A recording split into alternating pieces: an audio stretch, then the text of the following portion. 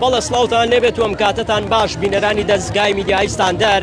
ئێستا من لە ناو باخی شارم لە شاری هەولێر دیارە ئەمڕۆ ڕێکخراوەکانی بواری مافیا ئافرەتان هاتوونەتە ئێرە و گربوونەتەوە لە ژێر دروشمی یەکسانی و دادپەروەری کۆمەڵایەتی و دیموکراسی. دیارە ئەم گربوونەوەی ئەم ڕێکخراو و چالاکوانانەی بواری مافیا ئافرەتان بە بۆنەی ڕۆژی زیانی ئافرەتان 8 مارسەوەیە کە بەیانی 8 مارسە و ڕۆژی زیانی ئافرەتانە لە دنیادا.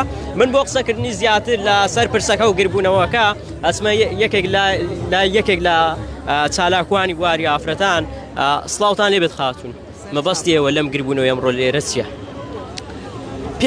پێشەوەی بێمە سەر مەبەست لێرەوە سڵاو و ڕێزم ئاراستەی گشت ژنانی سەرگۆی زەویەکەم بە بۆنێ ڕۆژی 8 مارسەوە کە ناوەڕۆکێکی زۆر تایبەتی هەیە بۆ ژنان، بۆ هەموو ژنان.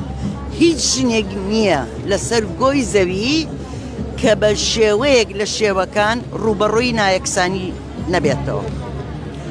ئێمە خواستەکانمان و داواکاریەکانمان زۆر سادەن.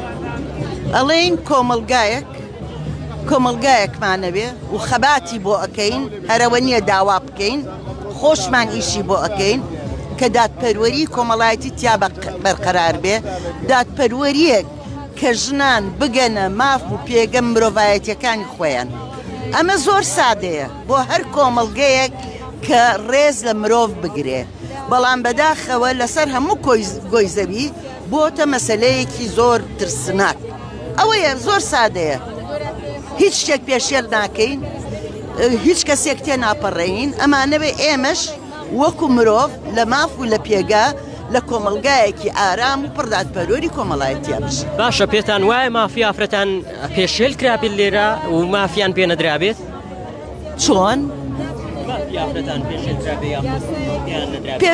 یعنی ئەوە هینی نییە پێم وایە، ئەوە زۆر ڕوونە.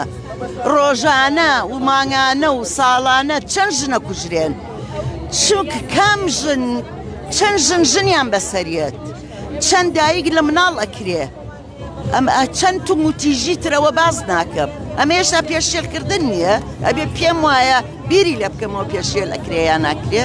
بەڵێ پێشێلکاری بەرامبەر بەژن لە کۆمەلگەی ئێمە و لە هەموو کۆمەلگەکانی دنیا زۆر زۆرە، کەم و زۆر. هەر طبعا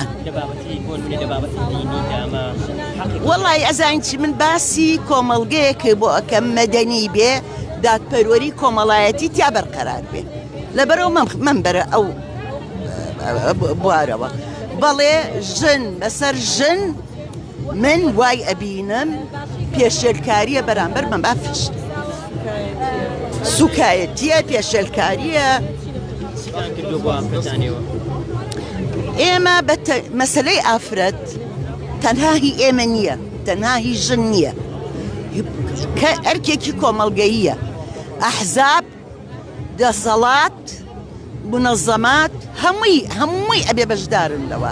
ممکن نییە بەلایەک ئێمەی ژن وەڵا لەبەرەوەی قەزیەکە هی من ئەبێ من نا دەستیشمە بەستیتەوە کاتێکە هەوڵەم بۆ مافەکانی خۆم.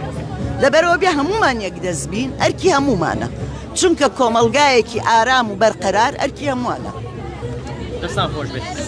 قوربانیان سڵاو لێبێت. قساکەن مەبەستیەوە لە گربوونەوە کە چێ بە تایبەتی وەکو پیاوێک چۆنە بەشداریتان کردووە لەم گربوونەوەی ئەمڕۆ لێرە؟ هێ من قسەیەکی هەیە، دەڵێت تاکو ژن ئازاد نەبێ سەرچاوەکەی ژین لیخنە. ژن بوونەوەرێکی لایانی بایۆلۆجیکی نییە بوونیەتەکەی، بۆ لایەنێکی کۆمەڵایەتی هەیە. و ئەم پێم وایە ئەگەر کۆمەلگایەک ژن بگاتە مافە یەکسانەکانی دەگەڵ وەکو چینێکی ژێردەست مامەڵی دەگەڵ نەکرێ، وەکولایەنە جێندەریەکەی کە نەریتەکان بەسەر کۆمەلگای ئێمەیان داسەپاندەوە، فێرکاری کۆمەڵایەتیەکان بەسەر پێگەی ژنیان داسەپاندەوە. لاچوونی ئەو سیستەمانە لەسەر ژن هەموو کۆمەلگا لێی بەهرەمەند دەبێ و کۆمەلگایەک بە بڕوای من گەشە کردوویە، پێگەیشتوویە، عەدالەتی تێدایە کە ژن دەگەڵ پیا و مافی یەکسانی هەبێ. و من بەپێی ئەو باوەڕێی کە هەمە و بەپێی ئەم شعرەی لە سەرەتا باسم کرا و شعرەی مامۆستا هێ من کە دەڵێت تاکو ژن ئازاد نەبێ سەرچاوەکەی ژین لیخنە، بە حکمی وەی من پێم وایە ئەرکم هەیە وەک مرۆڤ کە لە گەیشتنی کۆمەلگا بەو عەدالەتە و بەو گەشەیە و بەو یەکسانیە بەشدار بوو. ژن بە حکمی وەی کە بە حکمی لایەنە بایۆلۆجیشەکەی تەنیا لەژێر کاریگەری پەروەردەکانی کۆمەلگادا خاوەنی یعنی تووشی ژێردەستی بووە، تووشی ستەم بووە، ستەمەکانی زۆر لایەنی هەیە. ئێستا هەر لە شتێکی زۆر سادە ژن وەکو پیا و ئازاد نییە دەرکەوێت لە بوارە ئابوووریەکان، لە بوارە کۆمەڵایەتەکان، لە بوارە سیاسیەکان، تەنانەت لە بواری بۆ ماوەیی یعنی ئیرس گەڕانەوەی شتێکی ئیدایک و باب بۆ ژن نیوەیە لەو بابەتەیدا و ئێمە پیا و ڕەنگە قسە بکەین لەو بارەیدا، بەڵام بۆ خۆمان بەشێکین لەو ستەما و پێم وایە گەرە و ستەمانە لاتێ لەسەر ژن ئێمە کۆمەلگایەکی ئاسوودەترمان هەیە، ئارامترمان هەیە و عادلانەترمان هەیە و هەمومان ئەرکمان هەیە لە پێناو ڕەوانەوەی ئەم کێشانەوە و پرسانە.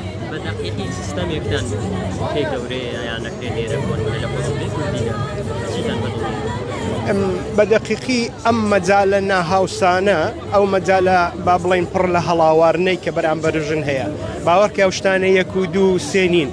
ژن لە ناو ژوورەکەی خۆی تەنانەت لە کاتێک کە لەدایک دەبێت، تەنانەت لە کاتێک کە ژنێک منداڵێکی دەبێت لی دەپرسن منداڵەکەت کوڕە یا کچە، یعنی ئەگەر کوڕ بوو جۆرە شکۆیەکی بۆ دروست دەبێت، ئەگە کچ بێ بێەوەی خۆی هیچ کاریگەرێکی تێدا بێ ستەمەکە هەر لەو کاتەوە دەست پێ دەکا و پێم وابی هەتا هەموو جونگەکان دەگرێتەوە تا هەموو بوارەکان دەگرێتەوە کە هەندێکم بۆ باس کرد. بینەرانی دەستگای میدیای ستاندەر ئەو وتانەی گوێبیستی بوون، ئەمە وتەی ئەو چالاکوان و ڕێکخراوانەیە کە کار لە بواری مافی ئافرەتان دەکەن لە هەرێمی کوردستانەوان باس لەوە دەکەن ئافرەت لە هەرێمی کوردستان مافی خۆی پێ نەدراوە. ئەوان بە بۆنەی ڕۆژی جیهانی ئافرەتان و 8 مارسەوە هاتوونەتە ئێرە و گربوونەوەیەکی مەدەنیانیان ڕێخستووە و دروشمەکەیانەوەی ئەڵێن ئێمە لە پێناو یەکسانی و دادپەروەری کۆمەڵایەتی و هەروەها دیموکراسیدا هاتوونەتە ئێرە و گربووینەتەوە. من ئەمەوێت دیمەنی زیاترتان لە دیمەنیە و ئافرەت و ڕێکخراوانە بۆ بگوازمەوە کە هاتوونەتە ئێرە و گربوونەوە. تەنانەت پیاوانی ژەمڕۆ هاتوونەتە ناو گربوونەوەکە چەند پیاوێک منەبینم لێرەدان هاوشانی و ئافرەتانە و ڕێکخراوی بواری ئافرەتانە هاتوون و لێرە گربوونەتەوە و داوای یەکسانی و پێدانی مافی ئافرەتانەکەن لە نێو کۆمەڵگەی کوردەواری داوان باستیان لەوە کرد چەندین پێشێلکاری هەیە بەرامبەر بە ئافرەتان کە ڕۆژانە و بە بەردەوامی دەکرێت. ئامادەبوانی خۆشەویست بەڕێز ئەو ڕێکخراوانەی کە لەگەڵ ئێمە بوون ئەمڕۆ، یەکەتی ژنان لەقی هەولێر، هەروەها کۆمەڵەی ئافرەتان لەقی هەولێر، ڕێکخراوی لێکۆڵینەوە زانیاریەکانی جەندەر، هەروەها چەند ڕێکخراوێکی تر لە پێکهاتەکانی تورکمان ئەمڕۆ لەگەڵ ئێمە بوون.